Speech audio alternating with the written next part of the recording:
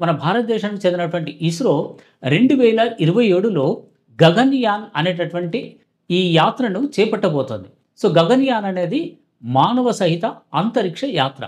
So, ముఖ్యంగా ఇస్రో ఈ 2 దశల్లో గగన్‌యాన్ యాత్రను చేపట్టనుంది. ఒకటి మొదటనేమో మానవ రహిత అంటే మనుషులు లేకుండా వ్యోమమిత్ర అనేటటువంటి ఒక రోబోను ఈ గగన్‌యాన్ స్పేస్ క్యాప్సూల్‌లో పంపిస్తారు.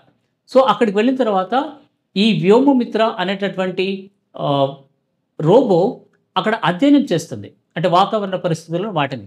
ఆ తర్వాత తిరిగి ఈ వ్యోమనౌక భూమికి తిరిగి వస్తుంది. ఆ తర్వాత ఇప్పటికే ఎంపిక చేసి ట్రైనింగ్ ఇచ్చినటువంటి నలుగురు వ్యోమగాములు ఈ స్పేస్ షిప్‌లో అంతరిక్షానికి వెళ్తారు. సో, అప్పుడేంటిదంటే వీళ్ళతో పాటు వ్యోమమిత్రను కూడా తీసుకెళ్తారు. ఎందుకనంటే అక్కడ ఆల్రెడీ పరిస్థితులను అధ్యయనం చేసినటువంటి వ్యోమమిత్ర వీళ్ళకు గైడ్ చేస్తది.